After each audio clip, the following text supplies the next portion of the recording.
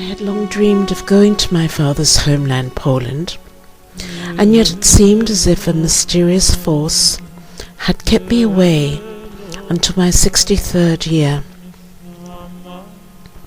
My father's family had distanced themselves from their rabbinical forebears and co-religious by acquiring a zeal for education, viewing themselves as sophisticated urban intellectuals, with little in common with the grinding poverty of shtetl village life. Externally, my father lived the good life, but I was to discover later a deep undercurrent of conflict there. Coming to Warsaw, I had no idea what evidence I would find of my father. The city had been almost entirely levelled, over 90% of it destroyed at war end.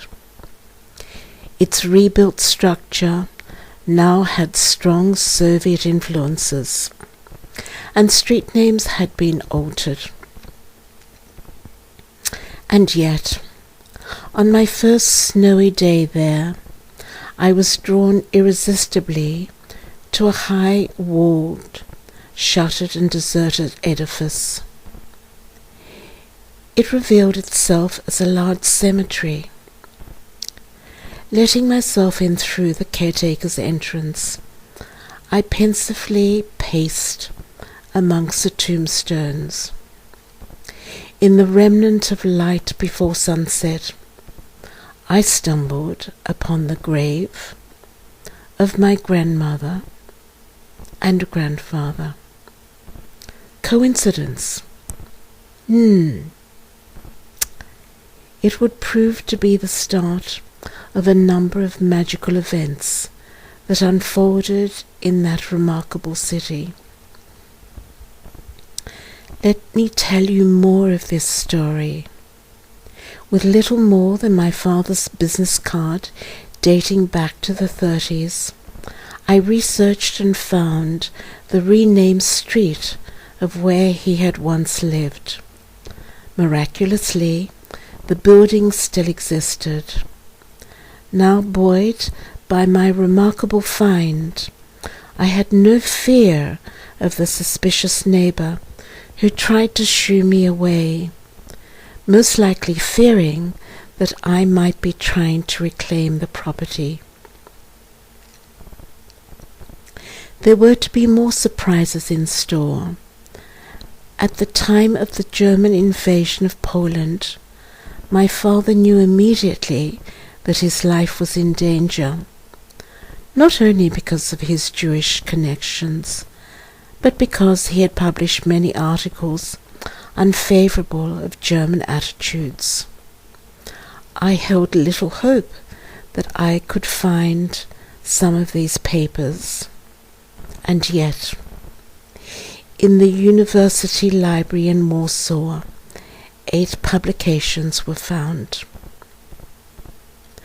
Why would I not feel that this city had been holding its breath for me as it unravelled secrets from before my birth? I had travelled to Poland as a Jew, challenged by the history of this beleaguered nation. I found much charm, friends, and beauty there. Poland also revealed to me the tortured contradictions that existed in my father's life. He had tried so hard to distance himself from his Jewish background. How could I not feel compassion for him, a man who lived in a society where to be a Jew meant to be considered inferior, unacceptable? And yet, can you imagine? Poland is now asking the Jews to return. This call comes too late for my father. He did not survive the war, but I did. And fortunately I live in another time and place of qualified tolerance. It is now up to me, his daughter, to bring restitution to his identity, to unshackle his psyche from its shame, and to make a clearing amongst the forest of trees for him to walk tall and upright. Thy tents, O Jacob,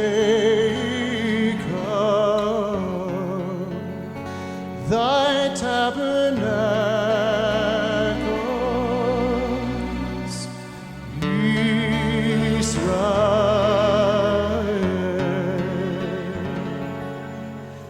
beneath